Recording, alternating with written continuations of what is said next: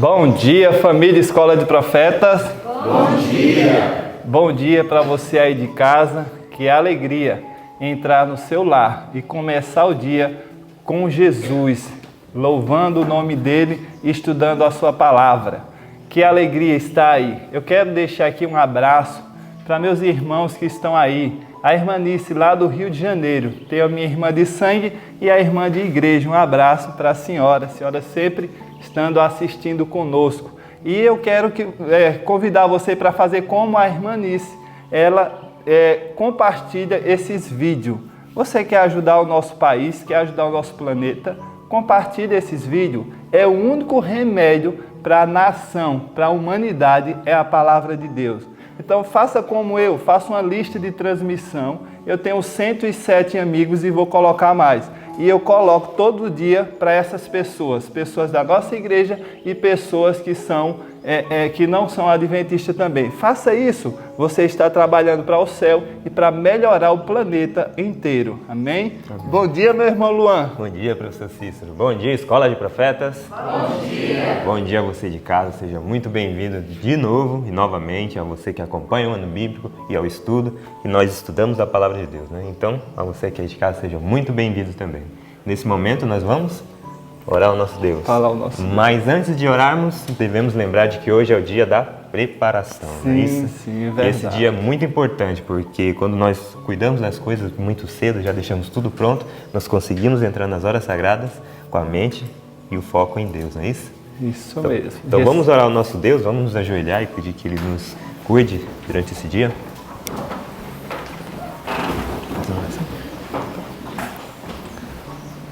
Santo Deus Todo-Poderoso, Criador dos céus e da terra, louvado e engrandecido seja o teu santo nome. É no nome de Jesus Cristo que nós aqui da Escola de Profeta, essas famílias que estão aí em casa, Senhor, recebendo do manar do céu, estamos aqui ajoelhados, clamando a Ti, Senhor, perdão pelos nossos pecados.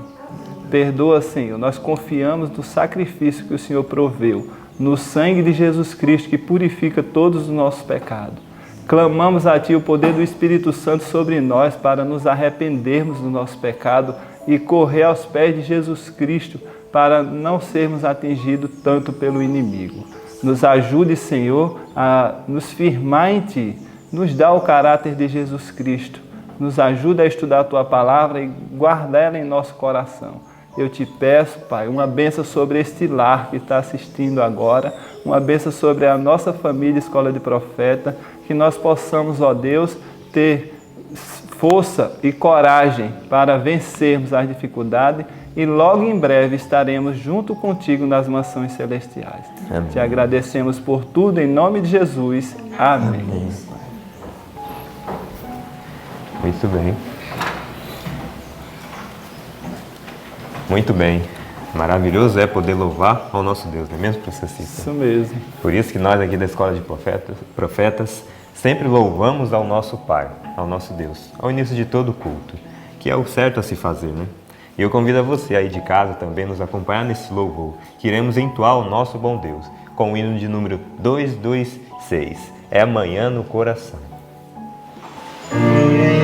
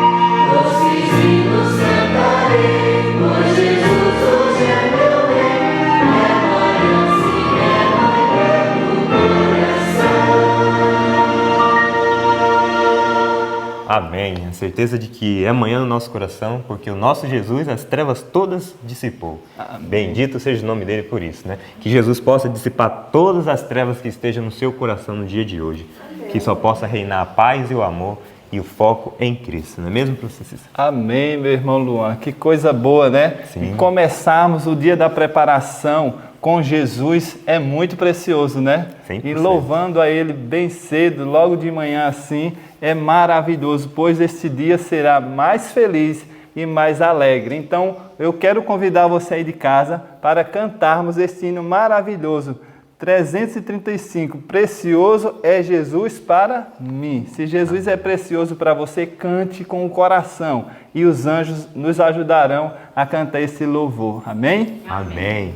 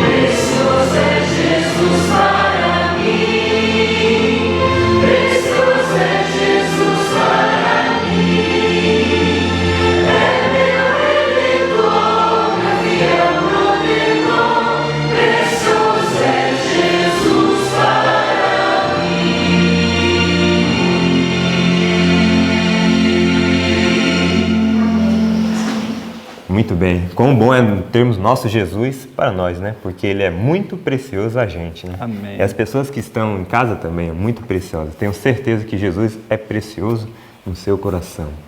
Mas eu gostaria de falar uma coisa, porque o dia pede, né? Estamos na sexta-feira, dia de preparação. Isso e mesmo. eu estou aqui com o meu querido professor Cícero, que é um sacerdote do lar, certo? Amém. É casado, tem sua esposa e sua família. Eu gostaria de deixar esse recado às pessoas que estão em casa, né? O quão importante é fazer o culto familiar. Então eu gostaria de mandar uma mensagem a você, falar firme com você. Vou usar até minha voz de trovão, professor. Falar firme com você, sacerdote do lar. Não deixe de fazer o culto familiar com sua esposa e filhos.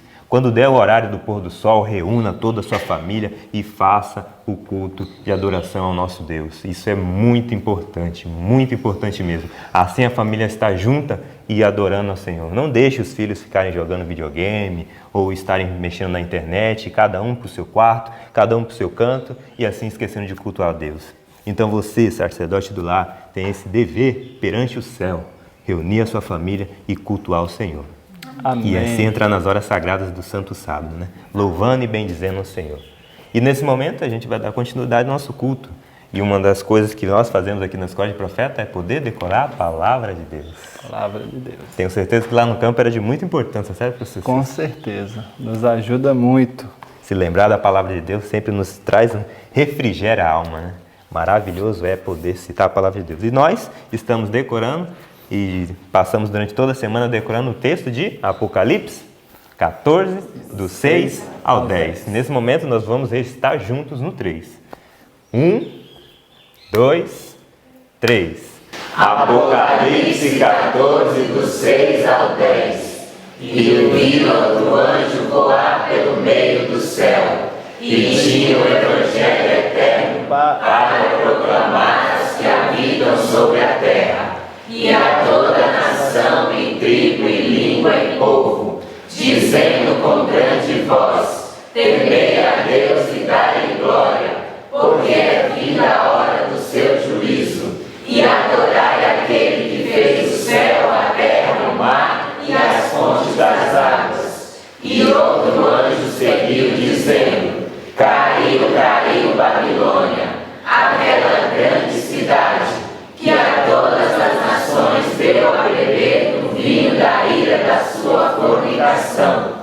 E seguiu o terceiro anjo, dizendo com grande voz: se alguém adorar a besta e a sua imagem, e receber o sinal na sua testa ou na sua mão, também este beberá do vinho da ira de Deus, que se deitou não misturado no cálice da sua ira, e será atormentado com fogo e enxofre diante dos santos anjos e diante do Cordeiro. Apocalipse 14, do 6 ao 10. Apocalipse 14, do 6 ao 10.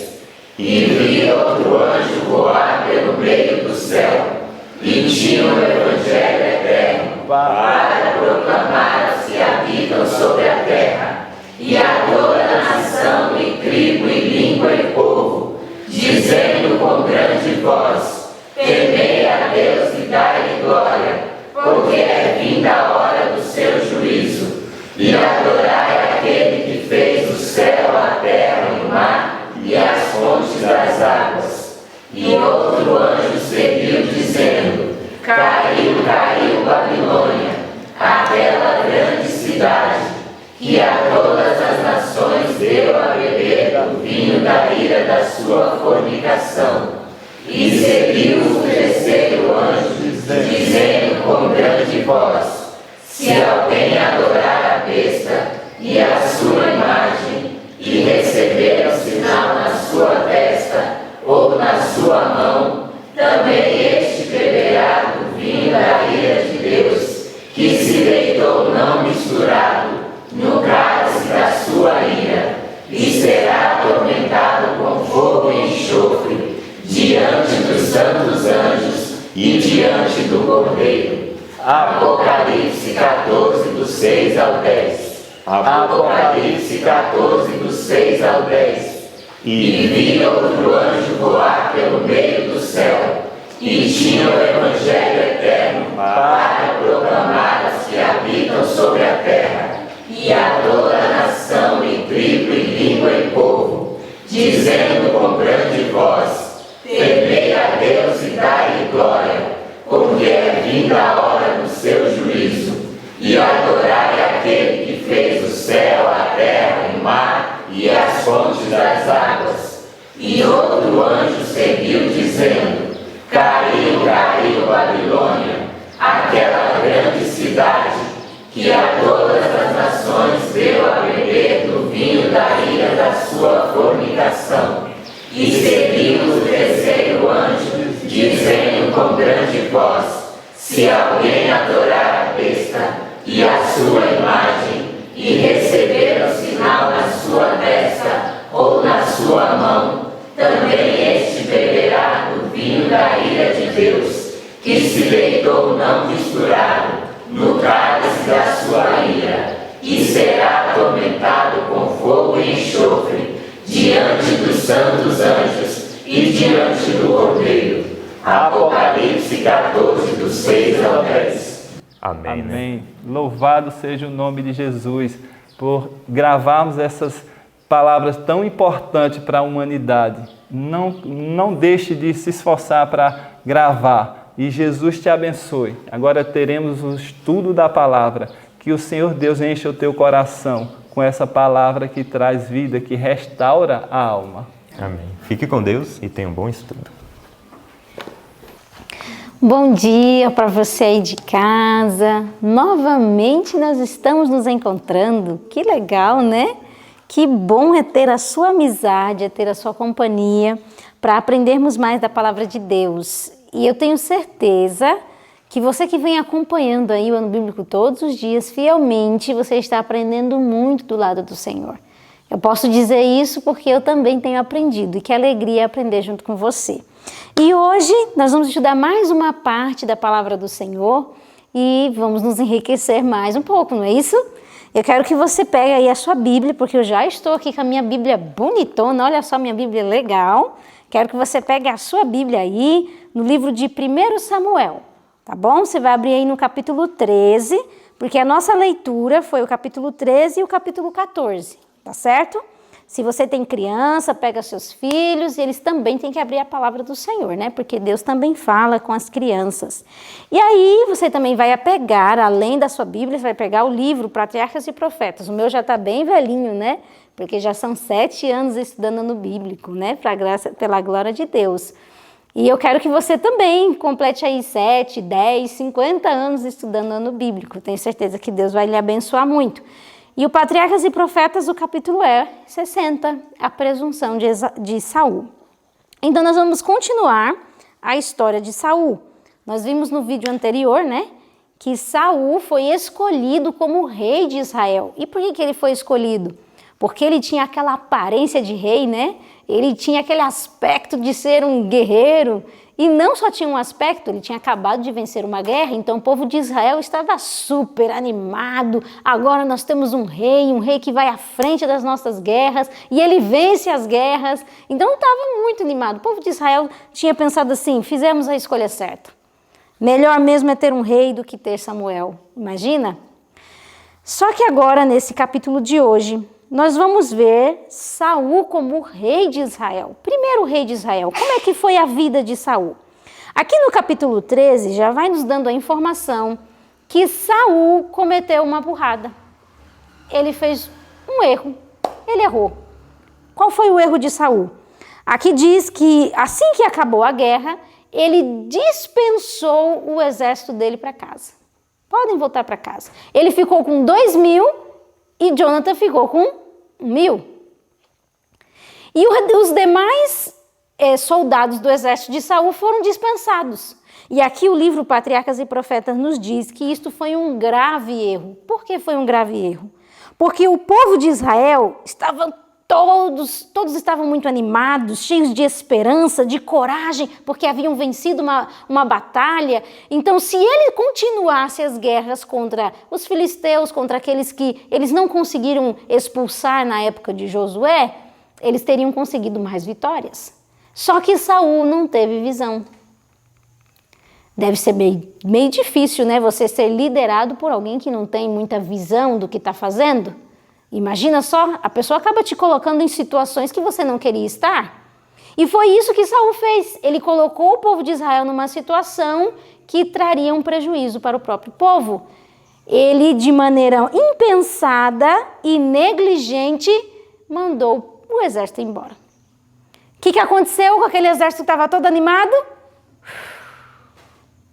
Só que, enquanto o povo de Israel estava desanimando e estava perdendo a esperança e a coragem, o inimigo não parava de trabalhar, porque os filisteus, irados com a vitória de Saul e as vitórias que Jonathan ia conseguindo, eles começaram a se preparar para avançar contra o povo de Israel. Eles começaram a se preparar, começaram a preparar armamentos de guerra, porque eles queriam lutar contra o povo de Israel. E o exército dos filisteus tinha nada mais e nada menos do que 30.000 carros. Bem diferente do povo de Israel, não? 6.000 cavaleiros. E quando esse exército começou a ir contra o povo de Israel, o que aconteceu? O exército de Saul ficou com medo. Ficaram aterrorizados. 30.000 carros, 6.000 cavaleiros, como é que a gente vai combater isso? A gente não tem armamento de guerra, a gente não tem... Imagina a situação. Ah, se Saul tivesse continuado indo de vitória em vitória, mas ele não fez isso. Ao contrário, o inimigo não perde tempo, continua trabalhando e preparou o exército dos filisteus para invadir o povo de Israel. E sabe o que é mais duro nessa história? Se você pegar aí o capítulo 13 na sua Bíblia e ler o verso 22, olha onde o povo de Israel havia chegado. Verso 22, e sucedeu que no dia da peleja não se achou nem espada, nem lança na mão de todo o povo que estava com Saul e com Jonatas. Porém, achara-se com Saul e com Jonatas seu filho. Você já viu um exército sem armamento? Era o povo de Israel. Não tinha arma nenhuma para lutar contra o povo dos filisteus. Você consegue imaginar o tamanho da negligência, da comodidade, da falta de interesse que o exército de Saul estava vivendo naquela época? Eles não estavam preparados para a guerra. E eu fico pensando na gente, você está preparado para a guerra? Vocês sabem, né? A gente vai enfrentar e estamos enfrentando diariamente uma guerra. Só que haverá um clímax dessa guerra. Você está se preparando para enfrentá-la ou você está indo para ela sem armamento nenhum? Por negligência, comodidade, seja lá o que for, preguiça, não sei. Nós temos que pensar nisso. O povo de Israel não estava pronto, não tinha nenhuma lança para lutar contra o inimigo. Do exército todinho, só Saul e Jonatas tinham arma. Que coisa terrível. E lá estavam eles medrosos, cheios de medo. E o povo começou a fazer o quê? Deixar Saul na mão. Começaram a desertar. A ponto de Saul ficar com 600 homens. Você sabe o que é isso? Você enfrentar um exército de 30 mil carros com 600 homens. Eles estavam temerosos. Só que um detalhe acontece nessa história. Antes de Saul ser rei, Samuel chegou até ele e deu especificações de algo que Saul deveria fazer, marcou um encontro com Saul, disse o lugar, disse o tempo, disse tudo o que faria com Saul. E agora chegou o momento da prova de Saul. E aí ele estava com o exército desertando, o exército dos filisteus ficando cada vez mais forte, se preparando, querendo invadir Israel e ir contra Israel, e o povo se dispersando e Saul angustiado, porque Samuel nunca vinha para o encontro que tinha com ele. Aí Saul cansou de esperar e disse assim, quer saber de uma coisa? Eu vou fazer esse sacrifício aqui. Eu vou sacrificar aqui, vou pedir a bênção de Deus e nós vamos nessa guerra e nós vamos vencer. Opa, eu quero ler isso daqui para vocês, porque isso aqui é muito sério. Se você pegar o seu livro na página 456, talvez não seja essa a página do seu livro, mas o parágrafo começa dia após dia. Eu quero ler para você, olha o que diz aqui, ó. Dia após dia, Saul esperou, mas sem fazer decididos esforços. O que é esperar? Como é que se espera alguma coisa? Será que quando Deus pede para a gente esperar algo, Ele quer que a gente cruze os braços e fiquemos ali esperando cair do céu? É isso que Deus espera da gente? Creio que não. Esperar não significa inatividade. Esperar envolve uma ação também. Vamos entender isso? Ó, ele ficou lá esperando, mas sem decididos esforços, para animar o povo e inspirar confiança em Deus. Olha só o jeito certo de esperar. O que ele tinha que ficar fazendo com o povo? Animando o coração do povo, inspirando confiança no Senhor. Era isso o jeito certo de esperar. Você tem esperado as promessas de Deus, a volta de Jesus, do jeito certo? Você tem animado o seu coração, guardado a palavra e fortalecida essa esperança, ou você espera de braços cruzados e aí acaba você desanimando, você não vai ter paciência de esperar, porque você não está animando seu coração. Então existe um jeito certo de esperar. Antes que o tempo designado pelo profeta houvesse expirado completamente, ele se tornou impaciente com a demora e deixou-se desanimar pelas circunstâncias difíceis. Consegue entender? Ele se deixou desanimar porque as circunstâncias eram difíceis. E na sua vida não é assim? Com toda certeza, na minha vida é. Tenho certeza que na vida de vocês também. Então, se a gente não aprender a esperar do jeito certo, nós vamos desanimar. Em vez de procurar fielmente preparar o povo para a cerimônia que Samuel vinha realizar, alimentou, olha o que ele alimentou, incredulidade e maus pressentimentos. Buscar a Deus pelo sacrifício era uma obra soleníssima e importante. E Deus exigia que seu povo examinasse o coração e se arrependesse de seus pecados, a fim de que se pudesse fazer a obra com aceitação perante ele. E a bênção divina acompanhasse seus esforços para vencer o inimigo. Mas Saul se tornara inquieto, e o povo, em vez de confiar em Deus para obter auxílio, olhava para o rei, a quem tinha escolhido para que o guiasse e dirigisse. Resultado, Saul quebrou a promessa de que iria esperar Samuel. Desobedeceu a Deus e realizou o sacrifício que só era destinado a um sacerdote fazer, e ainda o fez com as armaduras de um soldado. Completamente profano e irreverente, sem nenhum respeito às coisas do Senhor, às coisas sagradas. Terrível, não? E sabe o que aconteceu? Diz que assim que ele realizou o sacrifício, Samuel chegou. Olha só, já aconteceu isso na sua vida? Às vezes você está esperando uma coisa e não vem, e quando você faz o errado, aí o negócio aparece. Um pouquinho mais que ele tivesse esperado, Samuel havia chegado. Era a prova de Saul. Deus estava provando para ver se ele estava apto para governar o povo de Israel. E aí, quando Samuel chega, fala: o que foi que você fez? Samuel já sabia, porque Deus havia falado para ele. Aí Saul começa a fazer o quê? Aquilo que a gente sabe fazer de melhor: dar desculpas. Ele começou a dar um monte de desculpa. O Senhor não chegava, o Senhor não vinha, o exército estava angustiado, eu também estava angustiado, então eu fiz. Só que uma coisa, Saul ficou chateado porque Samuel o repreendeu. Samuel disse para ele: Saul, Deus estava te provando para ver se ia confirmar o teu reino hoje, mas você não obedeceu ao Senhor. Porque importa obedecer do que sacrificar. E por você não ter obedecido, Deus dará o teu reino para alguém melhor do que você. Olha que duras palavras Saul teve que ouvir da boca do profeta. E o profeta teve que dizer que difícil também era falar aquilo. E diz que Saul ficou chateado, ele ficou com raiva, porque ele queria ser elogiado e não reprovado. Você já parou para pensar que às vezes a gente faz o errado e quer ser aprovado? Não tem como você fazer o errado e querer que as pessoas te aceitem se você faz o errado. Já vi muitas pessoas dizendo: fulano não vai comigo, não gosta de mim, mas quando você vai olhar a vida de fulano, a pessoa faz tudo errado e quer ser aceita fazendo o errado. Não tem como, e Deus também não faz esse tipo de negociação, seja com quem for. Se você faz o errado, você não pode ser aceito. Foi isso que Deus disse a Caim: meu filho, se procederes bem, não é certo que serás aceito. E Saul não entendia isso. Saul queria ser aceito fazendo o errado. E para Deus isso não tem como. E aí eu quero ler uma coisa com vocês muito importante. Aqui na página 458, no parágrafo que começa assim: não sabemos que grandes interesses podem estar em jogo.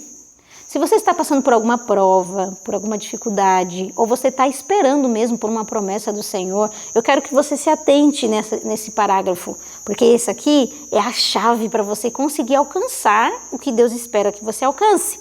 Olha aqui, não sabemos que grandes interesses podem estar em jogo em provarmos a Deus.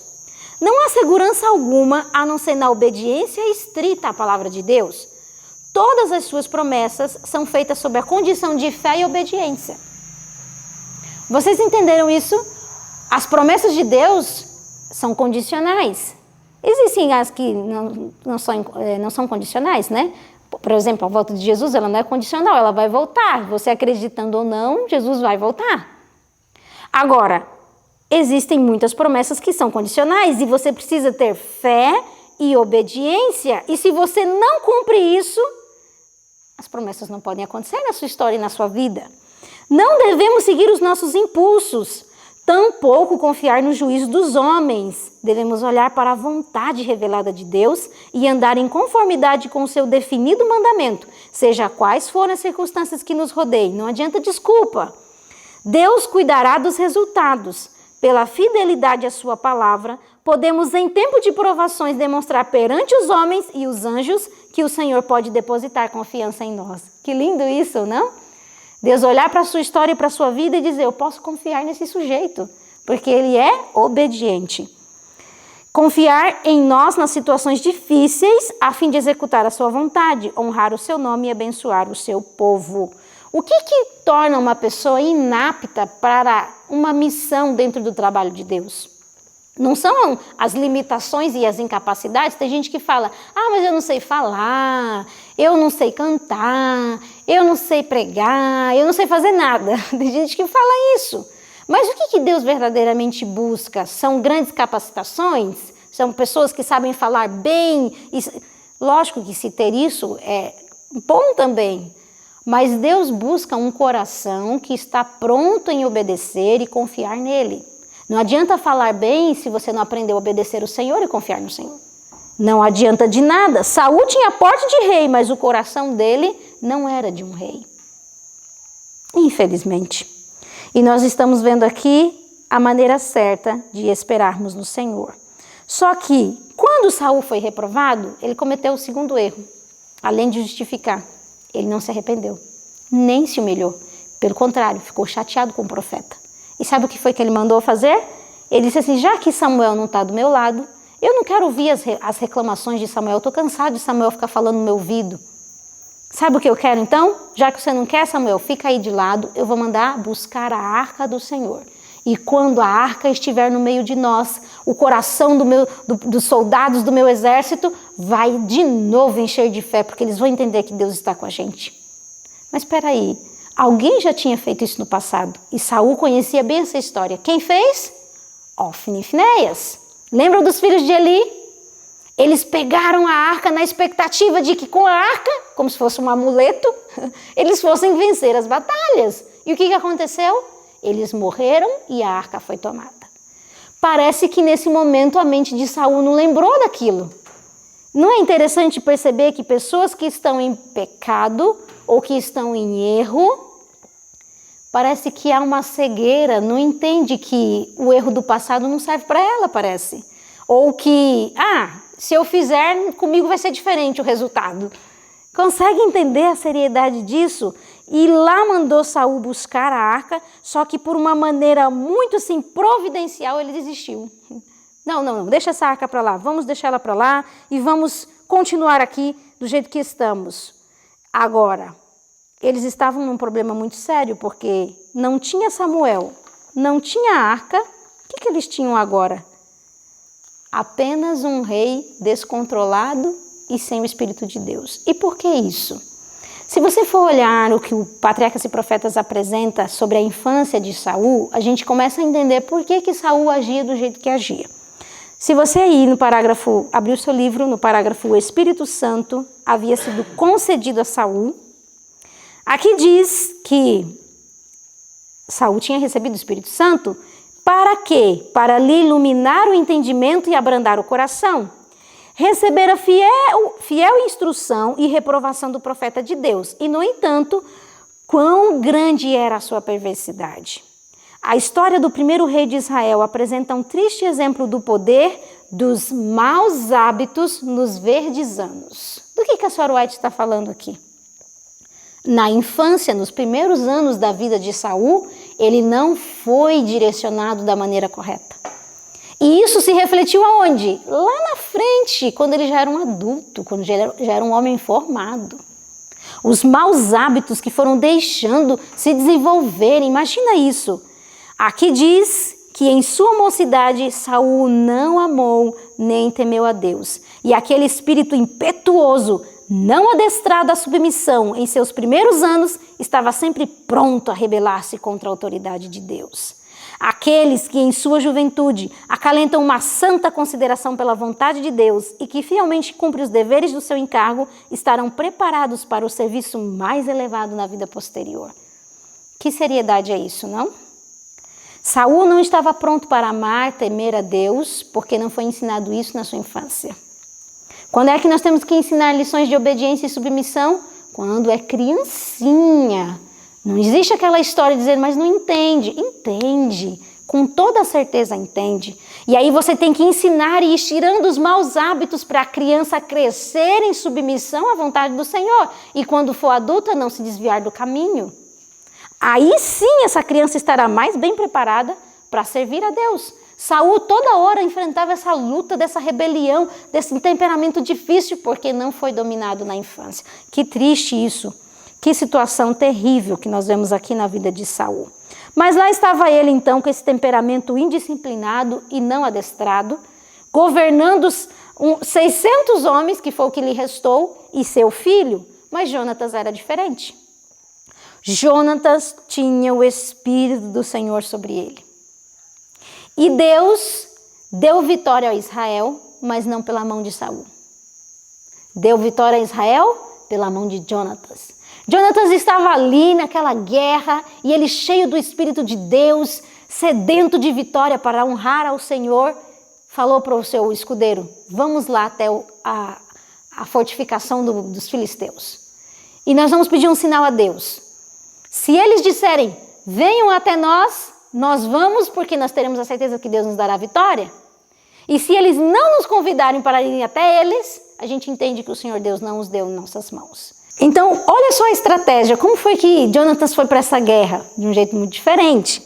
Aqui no capítulo 14, verso 13, diz, então subiu Jonatas com os pés e com as mãos e o seu pajem de armas atrás dele. E os filisteus caíam diante de Jonatas e o seu pajem de armas os matava atrás dele. Então ele se colocou ali de joelho, colocou as mãos e os pés e foi indo e derrubando os filisteus. E o seu amigo de trás ia fazendo o quê? Matando esses filisteus, porque eles disseram, venham até nós, vocês resolveram sair das tocas afinal. Então ele entendeu que o Senhor Deus tinha entregue os filisteus na mão de Jonatas. Agora, você acha que era ele mesmo que estava vencendo isso? O texto nos diz que era como se a terra tremesse. Aí o Patriarcas e Profetas, no parágrafo que começa, anjos celestiais escudavam a Jonatas. Olha só como foi que ele venceu essa batalha. Anjos celestiais escudavam a Jonatas e seu auxiliar. Ambos combatiam ao seu lado e os filisteus caíam diante deles. A terra tremia como se uma grande multidão com cavaleiros e carros se estivessem aproximando. Jonatas reconheceu os sinais do auxílio divino e mesmo os filisteus viram que Deus estava agindo para o livramento de Israel.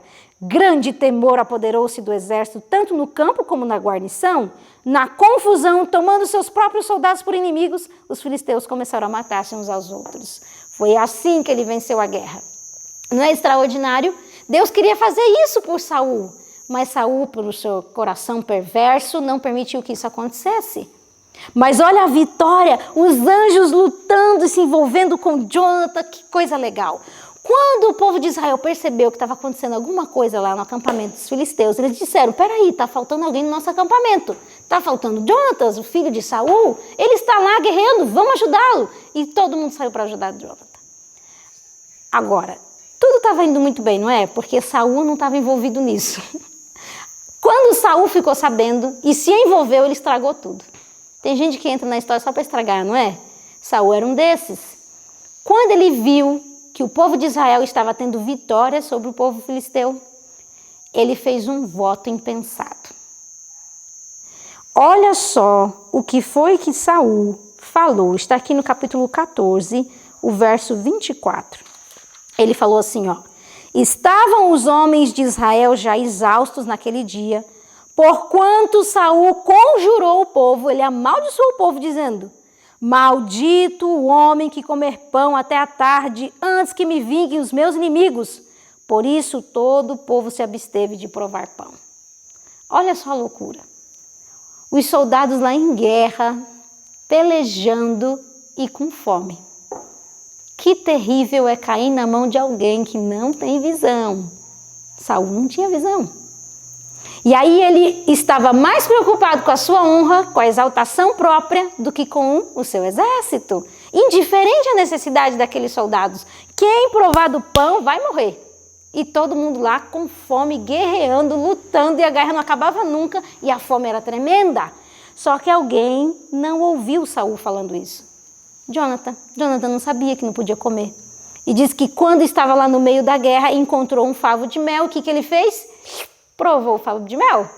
Diz que chegou os olhos dele e voltou a brilhar. Olha só que coisa. Só que aí, Saul ficou sabendo que alguém tinha comido. Então o que ele fez? Tragam-me aqui quem foi que comeu, porque nós vamos matar essa pessoa, ainda que seja o meu próprio filho. Gente, isso é terrível. Porque esse voto impensado de Saul levou a duas situações. Primeiro, um pecado involuntário de Jonathan, ele seria punido com a morte. Deus nunca pediu isso. Pecados por ignorância, a pessoa não era punida por morte. Havia um sacrifício para a redenção daquela pessoa.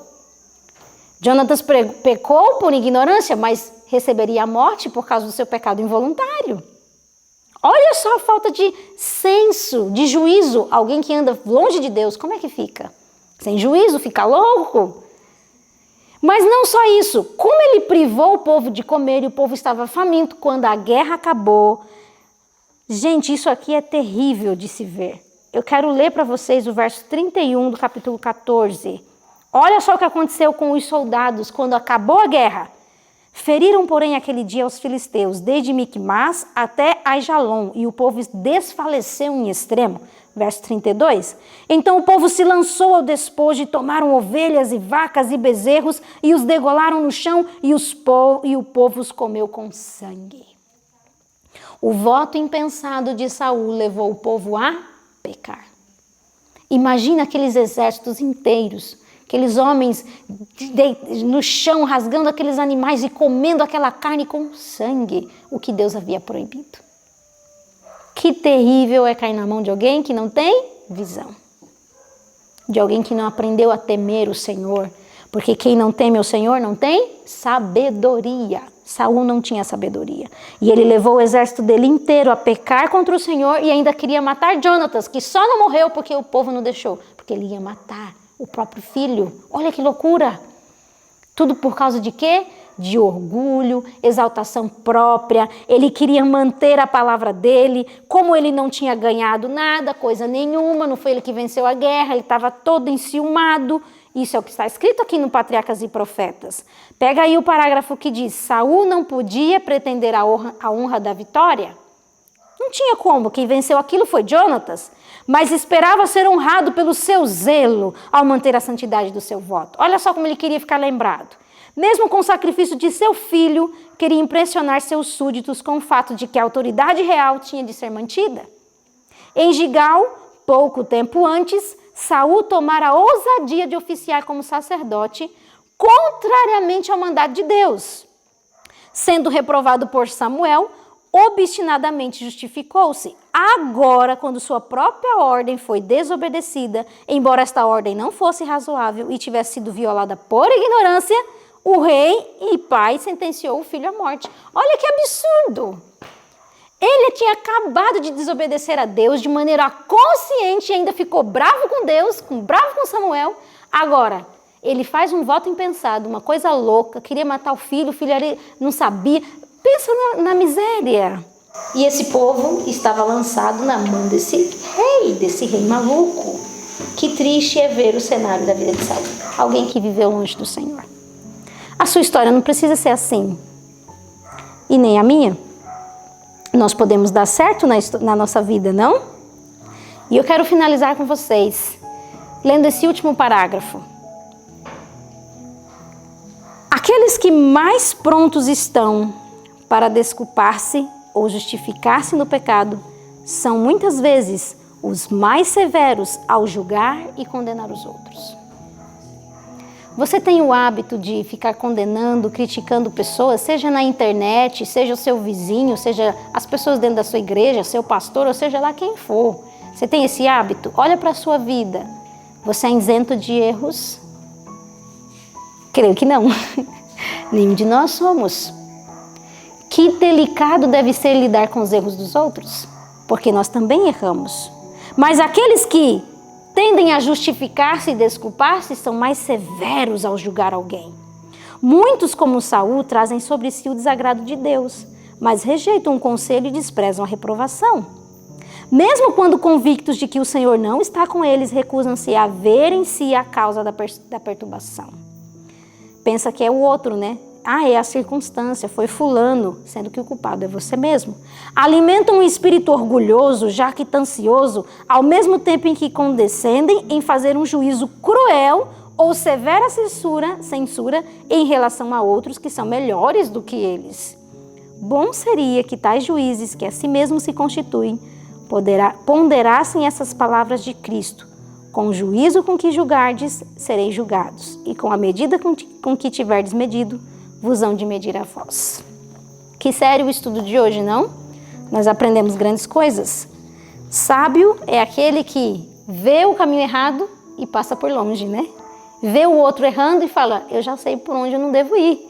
Que sejamos sábios nos dias de hoje, que você tenha um coração humilde para aprender do Senhor e que você, ao errar, cometer alguma falha, você também tenha um coração humilde a reconhecer suas falhas.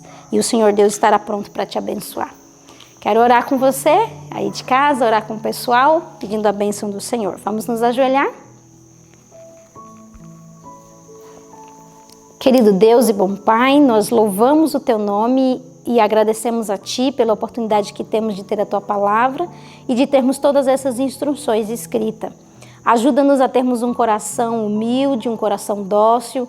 Ajuda-nos a termos submissão à Tua vontade, aos Teus desejos e assim, Senhor, andarmos em retidão, agradando ao Senhor. Que o Teu Espírito Santo possa nos selar, que Ele possa ser derramado sobre nós e assim, Pai amado, o céu possa se envolver com a nossa história e com a nossa vida. Em nome de Jesus, amém. Muito bem, que alegria finalizarmos mais um estudo na presença do Senhor. Que o seu dia seja muito abençoado e até amanhã.